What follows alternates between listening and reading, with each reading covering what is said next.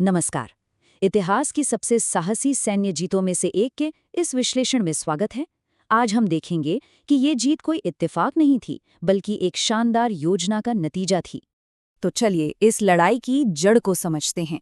देखिए, एक तरफ थे सिर्फ 300 चुने हुए मराठा सैनिक और दूसरी तरफ 15,000 मुगल सैनिक, जो एक ऐसे किले की हिफाजत कर रहे थे जिसे कोई जीत नहीं सकता था।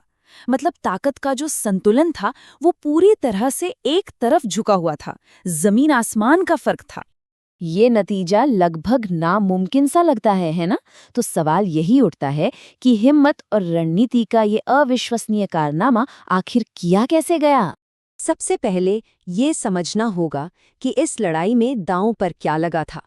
कोंढाड़ा को जीतना सिर्फ एक विकल्प नहीं था, बल्कि ये मराठा साम्राज्य के लिए एक बहुत बड़ी सामरिक जरूरत थी।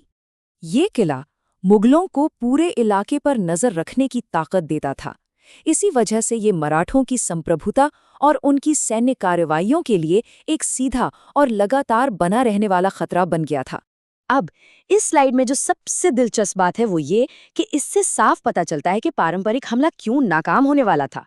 सामने से लड़ना मतलब सीधे सीधे अपनी हार को दावत देना था, और इसी वजह से एक बिल्कुल अलग, एक गैर पारंपरिक समाधान की जरूरत पड़ी। चलिए आगे बढ़ते हैं और देखते हैं कि इससे मुख्य रणनीति कैसे बनी। जब सामने से हमला करने का रास्ता बंद हो गया, तो मराठों को अपना जवाब भूगोल में ही छिपा हुआ मिला। और यही भौगोलिक खासियत जीत की चाबी बनने वाली थी। सोचिए, एक ऐसी सीधी चट्टान जो इतनी खतरनाक थी कि दुश्मन ने उससे अपनी कुदरती मजबूत दीवार मान लिया था, और इसीलिए उन्होंने उस तरफ को लगभग पूरी तरह से नजरअंदाज कर दिया। वहां कोई पहरा ही नहीं था।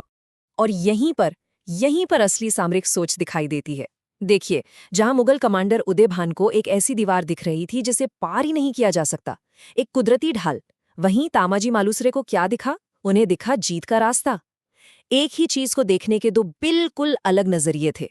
जैसे ही ये कमजोर कड़ी पहचान ली गई, एक बहुत ही साहसी योजना बनाई गई जो पूरी तरह से गोपनीयता और रफ्तार पर टिकी थी। ये एक क्लासिक सैन्य रणनीति है जिसमें दुश्मन को चौंकाकर संख्या में ज्यादा लेकिन कम फुर्तीले दुश्मन पर काबू पाया जाता है। योजना का हर एक हिस्सा, हर एक पहलू बहुत सोच समझकर चुना गया था।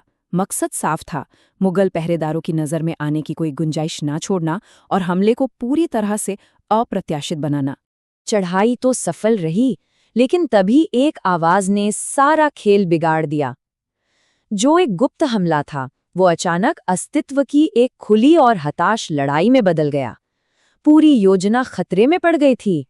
लड़ाई का पासा बस इन्हीं कुछ अहम पलों में पलट गया, जहां एक साहसी नेतृत्व और एक दिलेर फैसले ने सब कुछ बदल कर रख दिया। तो यहाँ सबसे अहम बात पता है क्या है? वो रस्सी काटकर सूर्याजी मालुसरे ने अपने सैनिकों की नाउम्मीदी और डर को एक जबरदस्त फोकस्ड गुस्से में बदल दिया। सोचिए, जब पीछे हटने का कोई रास्ता ही ना हो, तो सैनिक सिर्फ जिंदा रहने के लिए नहीं लड़ते, वो जीतने के लिए लड़ते हैं। उनके दिल से डर निकल जाता है और बस एक ही चीज बचती है, जीत। आखिर में ये जीत किस्मत से नहीं मिली थी। ये एक शक्तिशाली सैन्य सिद्धांत का बेहतरीन उदाहरण था जो बिल्कुल ऐसी ही परिस्थितियों के लिए बना है। ये कमजोर पक्ष की रणनीति है जिसमें समझदारी, हिम्मत और दुश्मन को हैरान करने की कला का इस्तेमाल करके एक ज्यादा ताकतवर और पारंपरिक सोच वाले दुश्मन के खिलाफ बराबरी का मुकाबला किया जाता है। पूरी कोंढाणा की लड़ाई को इन 4 सामरिक कदमों में बांटा जा सकता है। ये आज के स्पेशल फोर्सेस के सर्जिकल स्ट्राइक से बहुत मिलता जुलता है। ये लड़ाई हमें एक ऐसा सबक सिखाती है जो हमेशा काम आएगा, कि जब रणनीति और इच्छा शक्ति मजबूत हो तो सबसे बड़ी रुकावटों को भी पार किया जा सकता है, फिर चाहे वो पहाड़ हो या फिर एक विशाल सेना।